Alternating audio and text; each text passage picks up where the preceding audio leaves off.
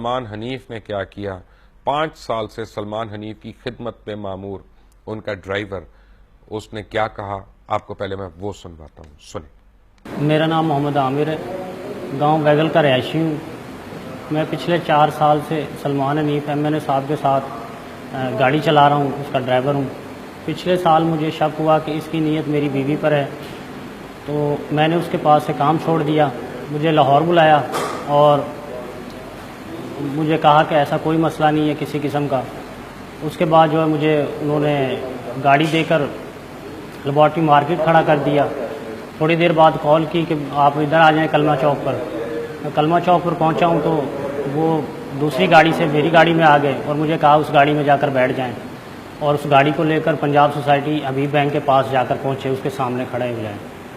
میں نے وہ گاڑی میں دیکھا لڑکی بیٹھی ہوئی تھی، تو میں نے ان سے یہ کہا کہ مجھ سے یہ نہیں ہوگا، ادھر تو ناکہ لگا ہوتا ہے۔ اس نے کہا نہیں، ہم آپ کے پیچھے ہیں، کوئی ایسی بات نہیں ہے۔ میں ادھر پہنچا ہوں پنجاب سوسائٹی، وہاں جا کے کھڑا ہوا ہوں تو فوری طور پر پولیس کی گاڑی آ گئی ہے۔ انہوں نے کہا گاڑی کی تلاشی دیں، آپ ڈگی کھولیں۔ میں نے جب ڈگی کھولی ہے تو انہیں تلاشی دی ہے تو ڈگی میں جو ہے شراب بھی نکل آئی۔ وہ مجھے فیکٹری ایریا تھانے لے گئے۔ ادھر تھوڑی دیر بعد ایک پولیس والا موبائل لے کر آ گیا، کہنے لگا یہ اپنی بیوی سے بات کریں۔ تو زبردستی انہوں نے مجھ سے میری بیوی سے میری بات کروائی کہ جی یہ لڑکی اور شراب کے ساتھ ہم نے اسے پکڑا ہوا ہے ادھر فلاں تھانے میں۔ اس کے بعد جو ہے سلمان حنیف صاحب کو میں نے کال کی ہے کسی سے فون لے کر، سپاہی سے، تو اسے بتایا میں فلانے تھانے میں پکڑا ہوا ہوں۔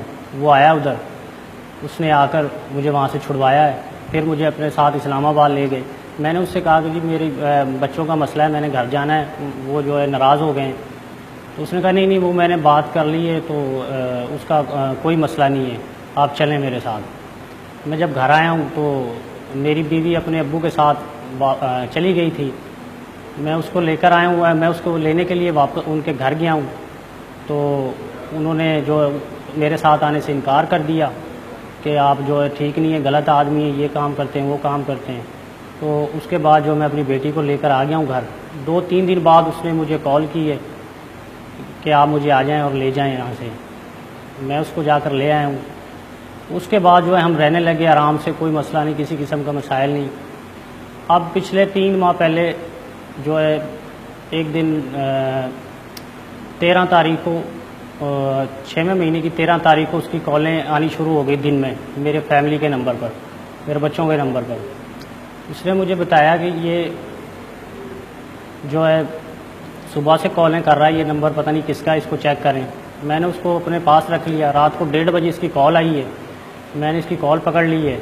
میں نے اس سے کہا کہ جی آپ میرے نمبر پہ بھی کال کر سکتے ہیں، میرے بھائی کا بھی نمبر ہے، میرے والد صاحب کا بھی نمبر ہے، آپ کیوں مطلب فیملی کے نمبر پہ کالیں کر رہے ہیں؟ تو اس نے مجھے دھمکانا شروع کر دیا ہے اور میں نے فون کاٹ دیا ہے۔ اگلے دن جو ہے 14 تاریخ کو میں گھر پہ نہیں تھا، میں دوسرے گھر پہ والد اور والدہ کے ساتھ ادھر ہی رک گیا میں رات میں۔ تو جب میں صبح سحری کے ٹائم آیا ہوں گھر پہ، میں نے دیکھا بچے بھی گھر پہ موجود نہیں ہیں، اور تو میں نے پوچھا ادھر ادھر، تو انہوں نے کہا جی ہمیں تو پتہ نہیں کہاں ہیں وہ۔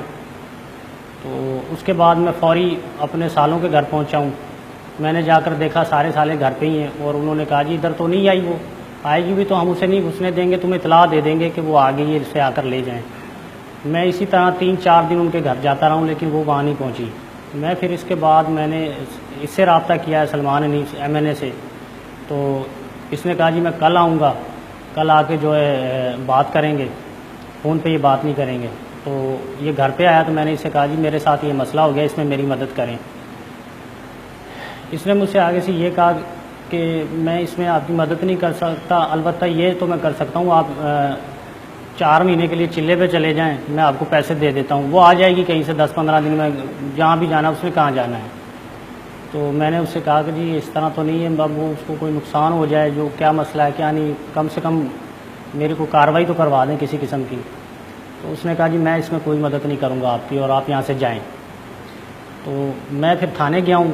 تھانے میں نے SHO کو بتایا کہ جی یہ مسئلہ ہے، اس طرح مسئلہ ہے۔ تو اس نے مجھ سے کہا جی اس میں جو ہے آپ ایسا کریں کہ درخواست نہ دیں، اس میں بےعزتی کا مسئلہ ہے، تمہاری بےعزتی ہوگی ادھر تھانے میں کہ جی اس کی بیوی بھاگی، یہ وہ آ جائے گی وہ 10-15 دن میں، ایسا کوئی مسئلہ نہیں ہے۔ تو اس کے بعد جو ہے اس نے بھی میری نہیں سنی، تو بعد میں جو میں تلاش کرتا رہا ہوں اسے، یہ جو سلمان صاحب ہیں یہ مجھے اگر میں کسی سے کہتا تھا تو یہ کہتے تھے کہ بھی میں نے کال ڈیٹا نکلوا لیا تھا، کال ڈیٹے میں نے چیک کیا تو سلمان صاحب کے نمبر تھے اس رات کے سارے ہی۔ تو میں نے پھر اس سے کہا کہ جی آپ کے نمبر پہ بات ہوئی ہے تو ظاہر ہے آپ کو پتہ ہے یا آپ اس کو لے کر گئے ہیں۔ تو اس نے مجھے دھمکانا شروع کر دیا کہ میں تمہارے پرچے کروا دوں گا، تمہیں مروا دوں گا، یہ وہ۔ تو میں تو جی پچھلے 3 مہینے سے مطلب گھر میں چھپ کے بیٹھا ہوا تھا کہ بھی مجھے دھمکایا جا رہا ہے اور ڈرایا جا رہا تھا۔ تو اب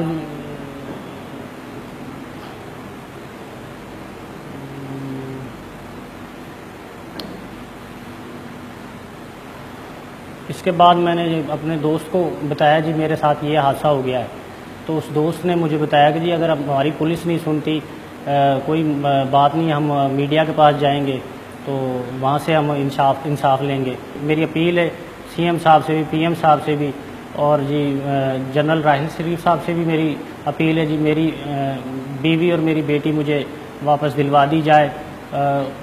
خدا کے لیے اگر بیوی نہیں ملتی تو میری بیٹی مجھے دلوا دی جائے۔ میں نے سارے چیئرمینوں کو بھی بتایا حلقے کے جتنے بھی ہیں کہ جی میرے ساتھ اس نے یہ کیا ہوا ہے، لیکن کسی نے بھی نہیں سنی میری میڈیا سے اپیل ہے جی مجھے انصاف دلوایا جائے۔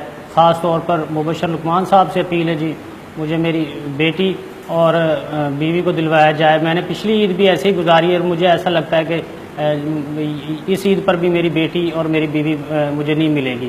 تو میری اپیل ہے خاص طور پر مبشر لقمان صاحب سے کہ جی میری مدد کی جائے۔